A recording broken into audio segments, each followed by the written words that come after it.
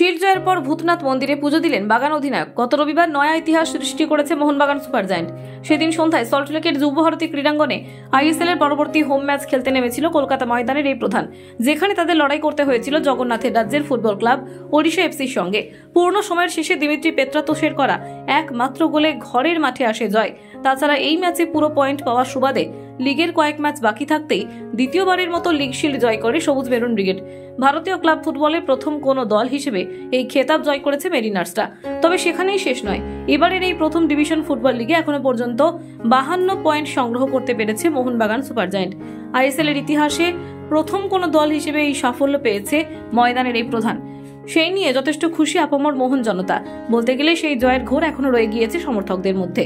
এবার এই অভূতপূর্ব ছন্দের মধ্যে দিয়েই আইএসএল চ্যাম্পিয়ন হওয়ার লক্ষ্য দিমিত্রি পেত্রাতোসের। এখন সেদিকেই নজর রয়েছে বাগান জনতার। সূচি অনুযায়ী দেখলে আগামী 3রা মার্চ ইন্ডিয়ান সুপার লিগের পরবর্তী ম্যাচে খেলতে নামবে মেরিনার্সরা। কিন্তু তার আগে গত মঙ্গলবার সন্ধ্যায় ভূতনাথ মন্দিরে সস্ত্রীক পুজো দিয়ে গেলেন মোহনবাগান অধিনায়ক শুভাশিস বসু। কিছু ঘন্টা আগেই সেই সম্পর্কিত বেশ কিছু ছবি নেট মাধ্যমে আপলোড করেন তার স্ত্রী কস্তুরী ছেত্রী, যেখানে ভূতনাথ মন্দিরে পুজো দেওয়ার পাশাপাশি মহাদেব দর্শন ও স্থানীয় বেশ কিছু খাবারের স্বাদ গ্রহণ করতে দেখা যায় এই দম্পতিকে। বর্তমানে সেই সমস্ত ছবি নিঃসন্দেহে মন জয় করে নিয়েছে বাগান অনুরাগীদের। গত রবিবার শিল্ড জয়ের পর এবার ঈশ্বরের আশীর্বাদ সঙ্গে নিয়ে আইএসএল চ্যাম্পিয়ন হওয়াই এখন অন্যতম লক্ষ্য ফুটবলারদের। কলকাতা 24/7.in।